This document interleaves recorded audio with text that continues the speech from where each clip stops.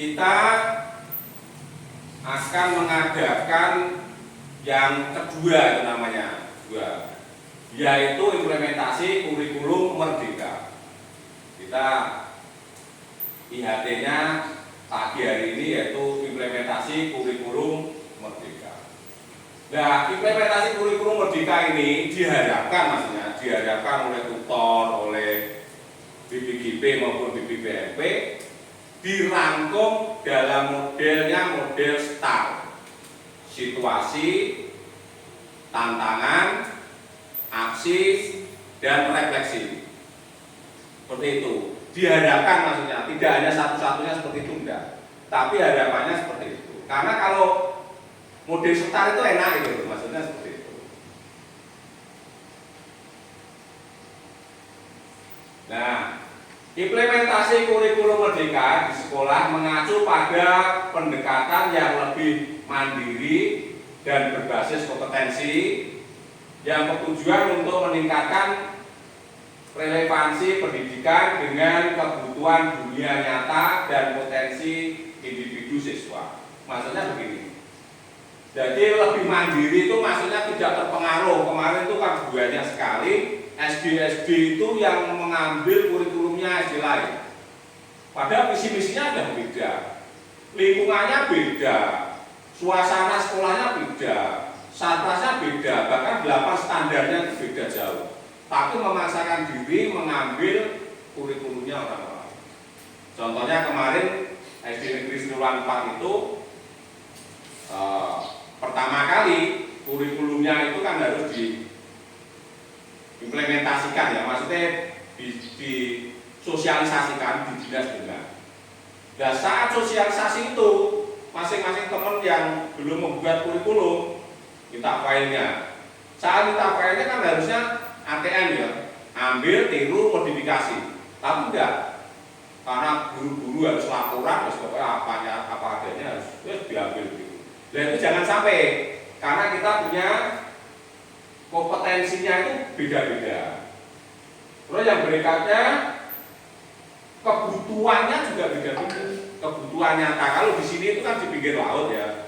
Jadi karena di pinggir laut, ya kurikulumnya itu ya paling tidak yang mengacu pada hal-hal yang berhubungan dengan laut. Maksudnya begitu. Yang lokal-lokal itu. Tapi kalau di gunung ya beda lagi. Seperti itu. Nah, implementasi kurikulum merdeka di sekolah yang pertama yaitu pengembangan kurikulum lokal. Lokal ini tempat kita ini, tempat kita. Nah, makanya itu ini yang paling penting karena masing-masing sekolah pasti beda. Jadi jangan sampai kurikulum itu hanya ambil kurikulum sekolah lain, jangan sampai. Pembelajaran berbasis proyek. Yang ketiga, peningkatan keterampilan abad ke-21. Yang keempat, penggunaan teknologi.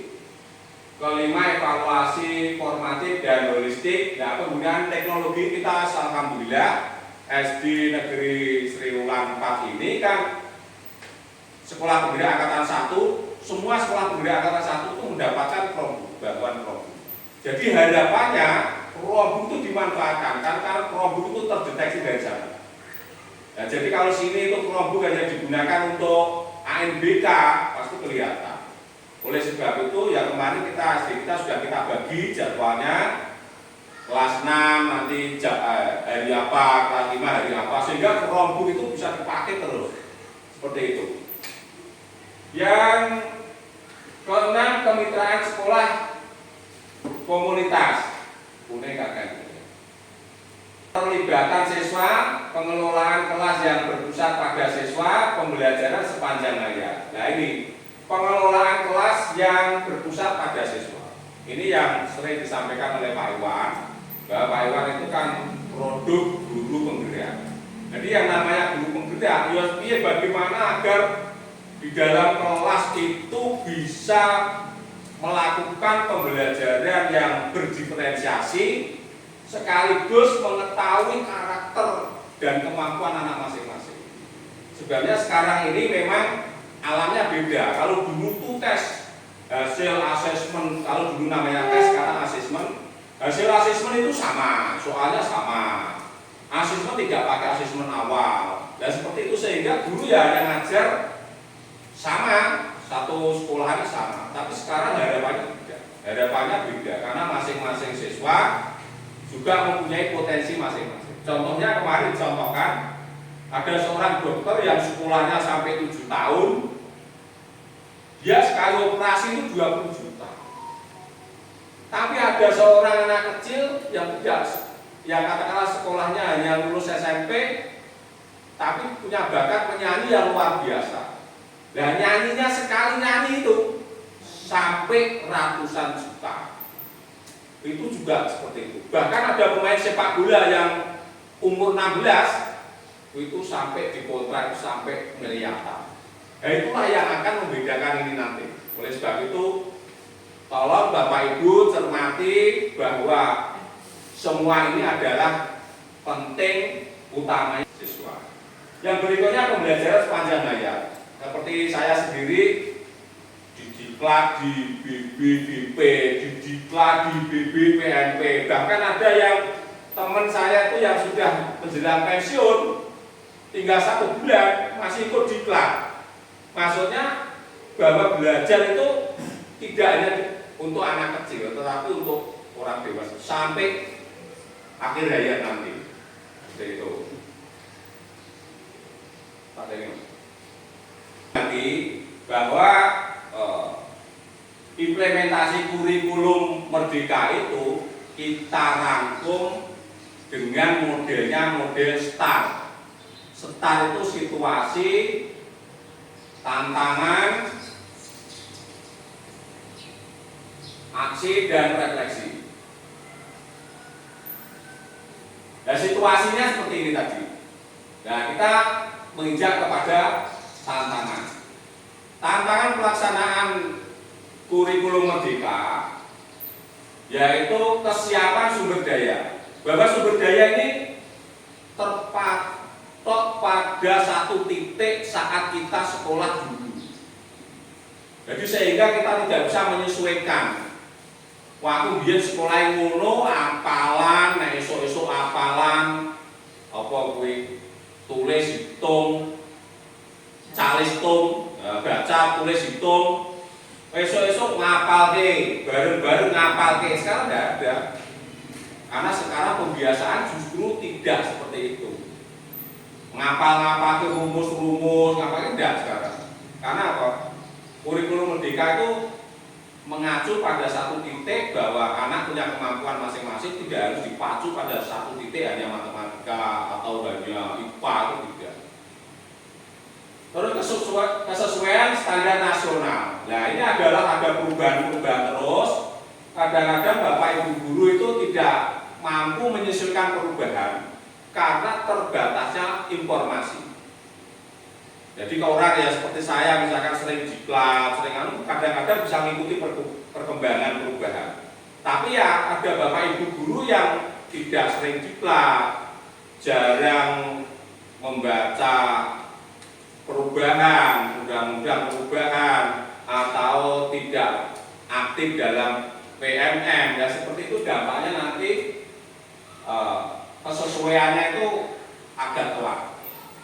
Pelatihan guru yang memadai. Nah ini, jadi kita itu seakan-akan kita itu akhir-akhir ini kan kalau ada pelatihan itu sifatnya online ya.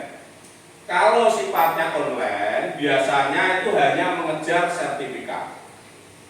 Sehingga laptop, HP itu hanya didiamkan di situ, di sana narasumber ngomong sakarpe dhewe, tapi kita tidak mendengarkan. Saat absen, langsung absen.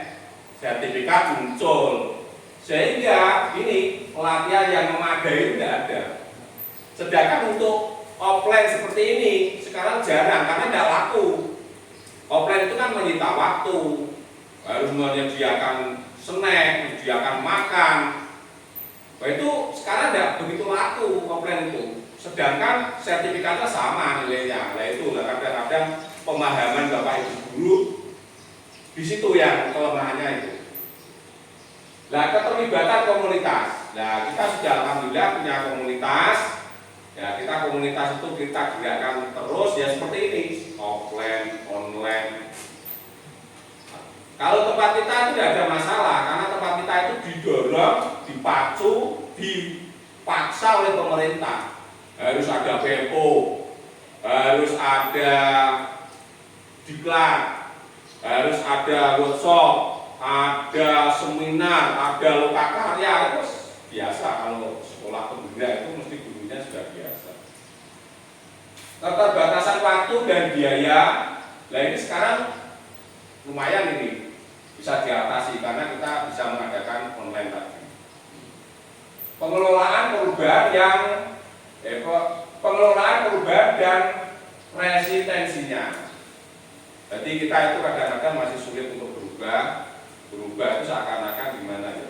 Karena kita punya basic pendidikan waktu itu yang konvensional, harus merubah pada diferensiasi, pada penyusunan digitalisasi. Itu ada sesuatu yang memang berat itu Pak Ustaz. Mas.